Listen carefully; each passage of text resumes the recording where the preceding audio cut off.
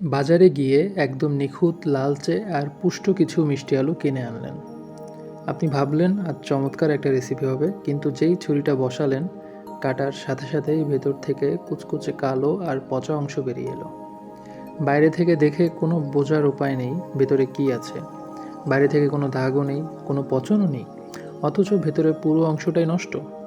এই ভিডিওতে আমরা জানবো মাটির নিচে লুকিয়ে থাকা মিষ্টি আলুর এমন 5টি গোপন রোগ সম্পর্কে, যা আপনার পুরো ফসল বা স্বাদের বাগান নিমেষেই ধ্বংস করে দিতে পারে।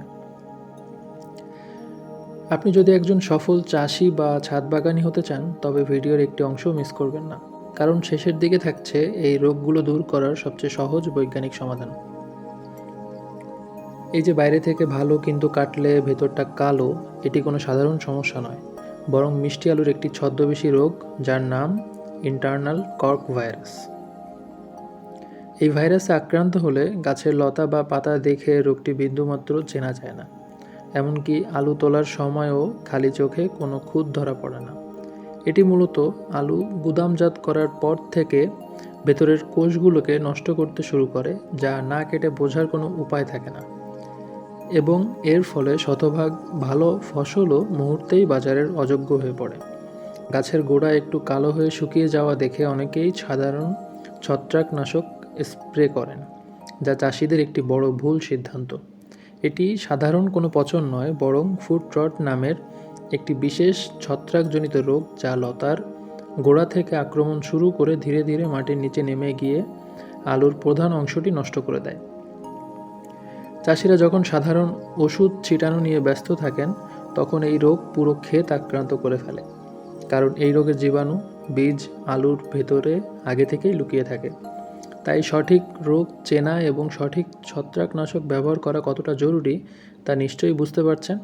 মিষ্টি আলুর পাতা যখন ফ্যাকাশে বা হলদে ছোপ ছোপ হয়ে যায়, তখন সাধারণ চাষিরা এটিকে পুষ্টির অভাব মনে করে কেবলই রাসায়নিক সার দিতে থাকেন।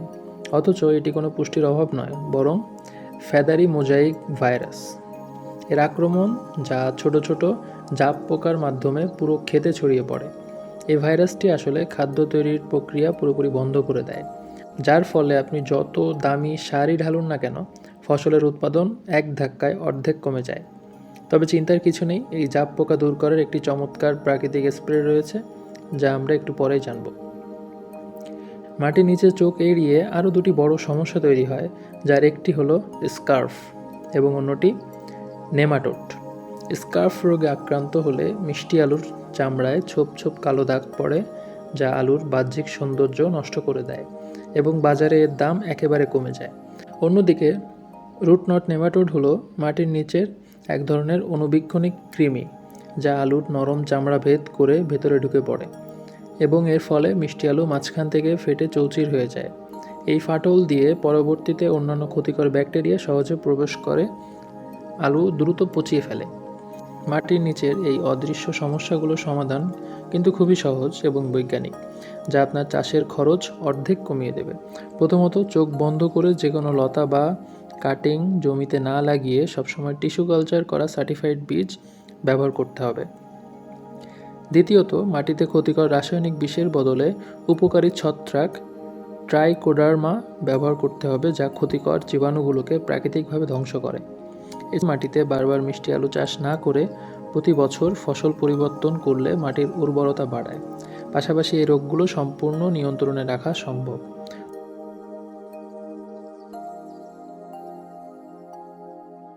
তো বন্ধুরা, আশা করি আজকের এই তথ্যবহুল ভিডিওটি আপনাদের অনেক কাজে আসবে। যদি ভিডিওটি ভালো লেগে থাকে, তবে অবশ্যই একটি লাইক দিতে ভুলবেন না। আপনার কোনো মতামত বা প্রশ্ন থাকলে নিচে কমেন্ট করে আমাদের জানান। আর এমন সব দরকারি ও তথ্যপূর্ণ ভিডিও নিয়মিত পেতে আমাদের চ্যানেলটি এখনই সাবস্ক্রাইব করে পাশে থাকা বেল আইকনটি বাজিয়ে দিন। দেখা হবে পরের কোনো ভিডিওতে। ততক্ষণ সবাই ভালো থাকুন, সুস্থ থাকুন।